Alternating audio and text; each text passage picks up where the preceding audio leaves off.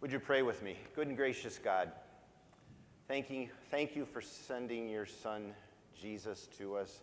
Help us to listen to him, to follow him, and to do as he did. Amen. So, here we have another example of Jesus poking the bear. He does that a lot in Luke. This is the third time we hear in Luke that he's doing something on the Sabbath that we don't do that like this around here. One was earlier in Luke, he healed a man with leprosy. And then there was another instance where the disciples were walking through fields and they were plucking the grain. And the religious leaders took umbrage and said, you know, that's really harvesting, that's work. You shouldn't be doing that on the Sabbath day. So Jesus has this track record of kind of saying, look, you're missing the point. And here we have something similar today, don't we? This lady walks into worship. Not quite sure how the encounter happened precisely. Luke doesn't tell us. But Jesus notices her. She's bent over. And he knows exactly what's going on with her and tells her, stand up straight. You're healed.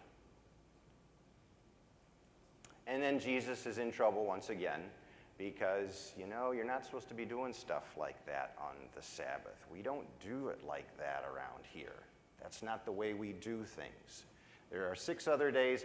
This day, we follow the orderly progression of how we're supposed to honor God. And Jesus isn't dishonoring God, is he? He's actually exhibiting some of his gifts. Now, Jesus he's the full embodiment of all the spiritual gifts. He had them in his human person. But Pastor Tim, in a couple weeks, is going to be talking to us about spiritual gifts. And so I thought it might be helpful as a way to kind of get ready for thinking about some of those spiritual gifts, because you all have them. We all have them. But like this lady that walked into worship, bent over and weighed down, Satan had bound her in some kind of way. She wasn't able to live into her spiritual gifts. Now, the spiritual gifts are not something that we are given so that we can say, hey, look at me, look what God gave me. We should recognize them, to be sure, but the purpose of the gifts obviously is for what? Service to others, to building up the body of believers, the church. You know, there's the reflection that Jesus gives about, I think it's Jesus, might be Paul, about, there are different parts of the body, the eye, the ears, the feet, but we're all part of the same body. And we need each other, and we need each other's gifts, don't we? So let's take a look for a few seconds. What gifts do we see Jesus using in this gospel for this morning? Take a look.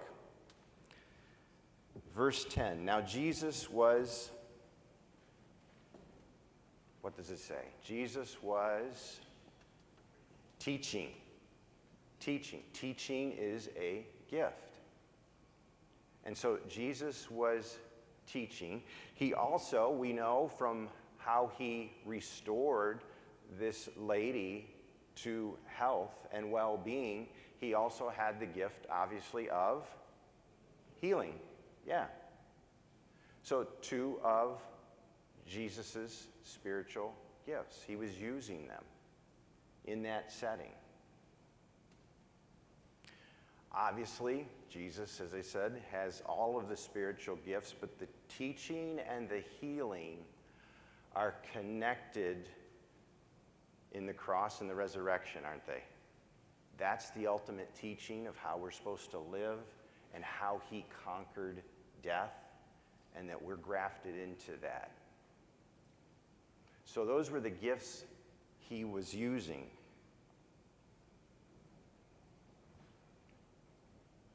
But the people around him, where he was teaching and healing, weren't so impressed at that moment, were they?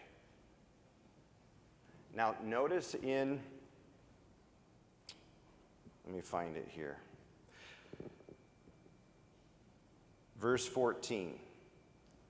Look down at verse 14. But the leader of the synagogue, indignant because Jesus had cured on the Sabbath, kept saying to the crowd, "There are 6 days on which work ought to be done. Come on those days and be cured, not on the Sabbath day." So the objection was not the healing. The objection was, you didn't do it like we do it around here. They were trying to put him into what they understood as how faith is supposed to be practiced, and Jesus didn't fit it. He didn't fit into what their expectations were. But he was fulfilling what God called him to do.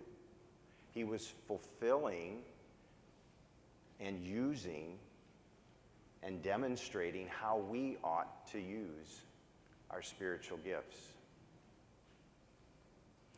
So as I mentioned to the littles when they were up here, Jesus saw this lady. He called this lady, and he freed her. He called her, he saw her, he called her, and he freed her. And the same is true for you and I. He sees you. He sees me. He sees each and every one of us. He sees us. He knows what's going on with us. He calls us and he frees us. Frees us for what? To use the gifts that he gave us. And that doesn't mean everything is going to be perfect. But Jesus' teaching and healing point to the ultimate teaching and healing, don't they? Because he healed this woman in the gospel, but she later on passed away, and we all have to face that, don't we? So the ultimate healing is what comes next. What comes next? And Jesus conquered death and said, you can too. Hang on to him. He's taking care of it. You're free. The fear and anxiety, the worry, let him take those. Live into the gifts that he gave each one of us.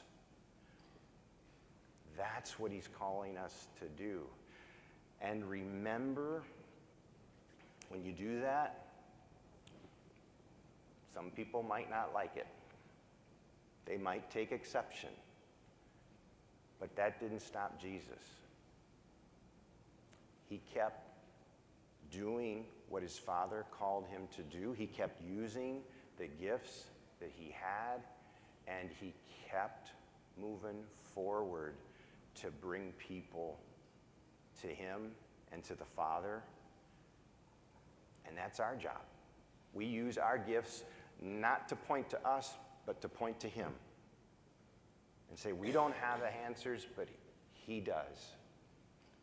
He's the one that died and rose and conquered death, and so can you. Hang on to him. And in the meantime, live into those gifts that he's given each one of us. And here's a hint. Pastor Tim's going to talk more about this next month, but you will know, many of you know what your gifts are, I'm sure. Some of you still maybe are wondering, but here's Here's a clue. You know you're using your spiritual gift when there's joy with it. It doesn't feel like work. Now, that doesn't mean we don't have to work at it.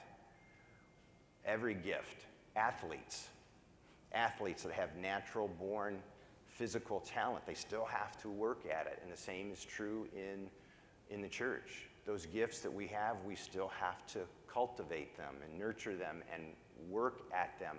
But when you're using it, there's a joy there. And it doesn't feel like work. It feels like, this is what I'm supposed to be doing. This is why I'm here. This is why God put me here.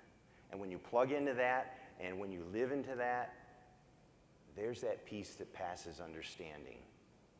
Because then when the naysayers come along and they say, no, you're not supposed to do it that way, or we've never done it that way before, or that's not the way we do it around here, you just kind of shrug your shoulders and you keep on going. Like Jesus did. It didn't slow him down. He kept on going. So Jesus sees us and he frees us to use our spiritual gifts to point others to him, because he's the ultimate source of healing in conquering death. Amen.